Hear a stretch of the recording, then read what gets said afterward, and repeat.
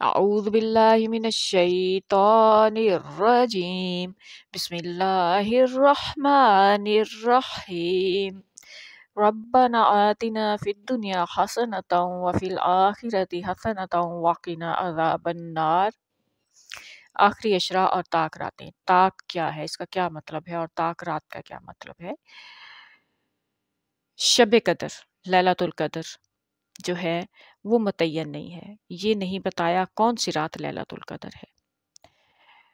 لیکن رمضان کا جو آخری اشرا ہے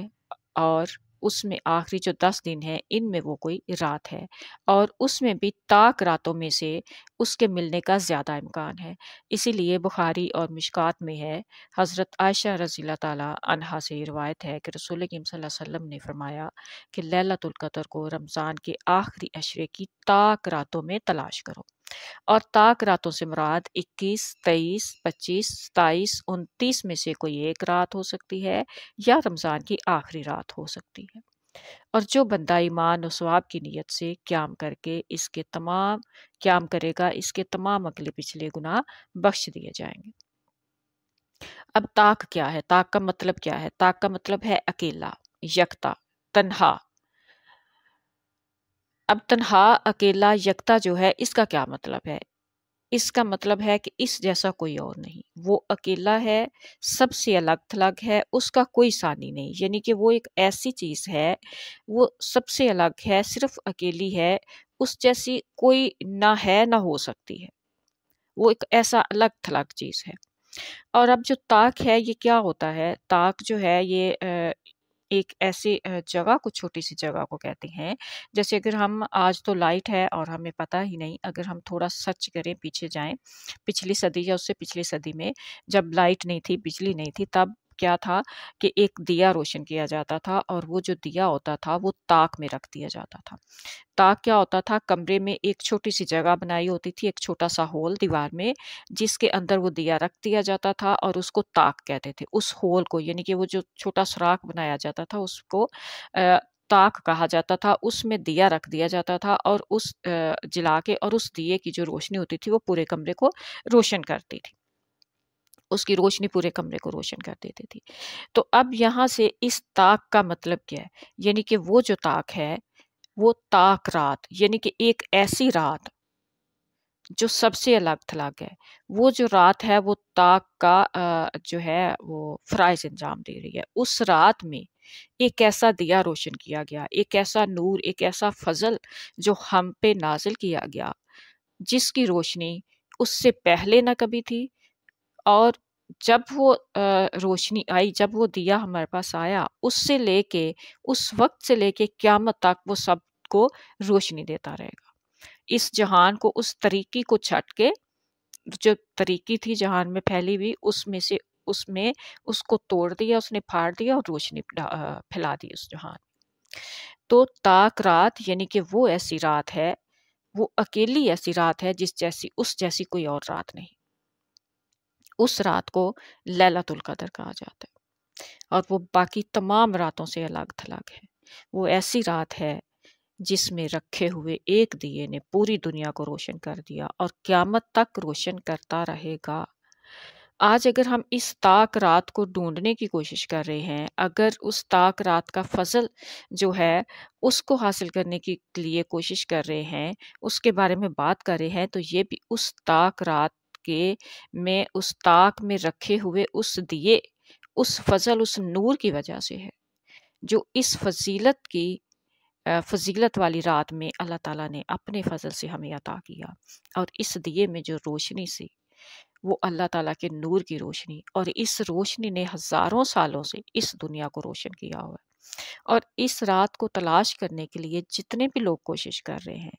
وہ اس لیے یہ کوشش کر رہے ہیں کہ دراصل وہ اللہ تعالیٰ کے اس فضل کو تلاش کر رہے ہیں کہ اس رات کی برکت سے ان پر اپنا ایسا فضل کر دے، یعنی پہلے جو نور ہمیں عطا کیا گیا ہے، اس نور پر چلنے کے لیے ہمیں فضل عطا کر دے، وہ مکمل طور پر اس دیے کی روشنی ان پر اتنی پڑے، اس دیے کی جو روشنی، یعنی وہ دیا کیا ہے؟ وہ قرآن ہے، وہ اللہ کا فضل ہے، وہ رسول کریم صلی اللہ علیہ وسلم قرآن کی عملی شکل ہیں۔ تو اس کی روشنی ہم پہ اتنی واضح ہو جائے، اتنی پڑے کہ ہم اس روشنی میں صرف سیدھے راستے پہ چل سکیں، وہ سیدھا راستہ جو ہمیں اس دنیا کے جہنم سے بھی نجات دے اور روز قیامت کے جہنم سے بھی نجات دے گا۔ اب اس دنیا میں جہنم کیا ہے؟ ہماری کوئی بھی برائی، کوئی بھی غلطی، چھوٹی سے چھوٹی، ایون کہ اگر ہم کسی سے کوئی وعدہ کرتے ہیں اور ہم وہ وعدہ پورا، فرض کریں ہم ایک کسی جگہ پہنچنے کا وعدہ کرتے ہیں کہ ہم 5 بجے اس جگہ پہنچ جائیں گے، لیکن اگلا شخص وہاں پہنچ جاتا ہے، ہم وہاں نہیں پہنچتے، ہم 10 منٹ لیٹ ہوتے ہیں، 20 منٹ لیٹ ہوتے ہیں یا آدھا گھنٹہ، تو وہ جو وقت ہے، اس وقت کی جو تکلیف اگلے شخص کو ہمارے انتظار میں اٹھانی پڑی، ہم نے وقت کا وعدہ پورا نہیں کیا، اس کا بھی، وہ بھی ہمارا گناہ ہے، اس کا بھی ہمیں حساب دینا ہے۔ تو ہماری ہر گناہ، ہر برائی، ہر جو چھوٹی سے چھوٹی ہے، وہ ہمارا جہنم کی طرف ایک قدم ہوتا ہے۔ تو ہم کیا تلاش کر رہے ہیں کہ ہم اس رات میں، وہ جو فضل والی رات ہے، اس رات وہ اتنی برکت والی رات ہے کہ اللہ تعالیٰ اس رات اتنا خوش ہوتا ہے کہ وہ ہم پہ وہ فضل کر دے کہ اس نے جو روشنی ہمیں پہلے دے رکھی ہے، وہ روشنی ہم پر اتنی واضح ہو جائے کہ ہم اس روشنی میں بالکل سیدھے چلیں، اس سے اندھیرے کی طرف ہر قدم نہ اٹھائیں۔ ہماری ہر چھوٹی سے چھوٹی جو غلطی ہے، اس کا مطلب ہے ہم نے روشنی سے ہٹ کے اندھیرے میں قدم رکھا۔ تو ہم وہ فضل تلاش کرنے کے لیے اس رات کو تلاش کرتے ہیں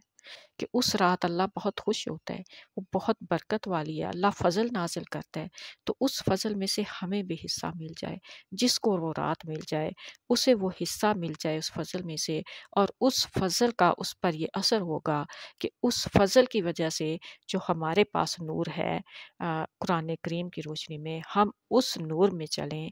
اور اس یعنی کہ ایک رات کا جو نور ہے، اس نور کے روشنی میں جو اس دنیا میں نور ہمارے پاس ہے، اس نور کو ہم سمجھ سکیں اور اس کی روشنی میں چل سکیں، جیسا قرآن میں کہا گیا نور علی نور۔ تو ایک نور ہے، اور اس نور کو اپنے اندر جذب کرنے کے لیے، اس پر عمل کرنے کے لیے، اس نور کو اپنے اوپر طاری کرنے کے لیے ہم اللہ کا اور فضل اور نور جو ہے وہ تلاش کر رہے ہیں کہ اس رات اللہ خوش ہوتا ہے اور ہمیں وہ فضل کر دے، ہمیں وہ توفیق دے دے۔ اور وہ فضل کیا ہے؟ ہمیں توفیق دے دے، ہمارے لیے اس رستے پر چلنا آسان ہو جائے جس پہ اللہ راضی ہو۔ اور وہ رستہ کون سا؟ قرآن کا رستہ، ہم اس کے مطابق اپنی زندگی گزارنے لگیں، ہم ان برائیوں سے، ان تمام گناہوں سے بچ جائیں اور ان نیکیوں کی طرف بڑھ جائیں، اور یہ وہ اس کا فضل ہے جس کو ہم اس رات میں تلاش کرنے کی کوشش کرتے ہیں۔ اللہ تعالیٰ سے دعا ہے کہ اللہ تعالیٰ ہم سب کو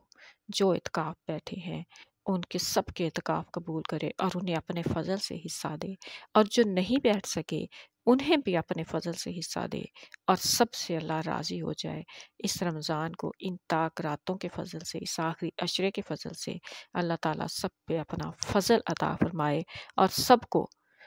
اس روشنی میں چلنے کی توفیق دے دے۔ یہی اللہ کا فضل ہے، اور جب یہ فضل انسان پہ ہوتا ہے تو وہ خود بھی اس کو محسوس کرنے لگتا ہے، اور اس فضل کی روشنی میں اس کو وہ توفیق ملتی ہے کہ وہ بدلتا چلا جاتا ہے، وہ ہر چھوٹی سے چھوٹی برائی سے بچنے کی کوشش کرتا ہے اور ہر نیکی کی طرف بڑھنے کی کوشش کرتا ہے۔ یہی وہ فضل ہے اور یہی وہ احساس ہے۔ اللہ تعالیٰ سب کو اس فضل سے حصہ عطا فرمائے، آمین۔ السلام علیکم ورحمۃ اللہ۔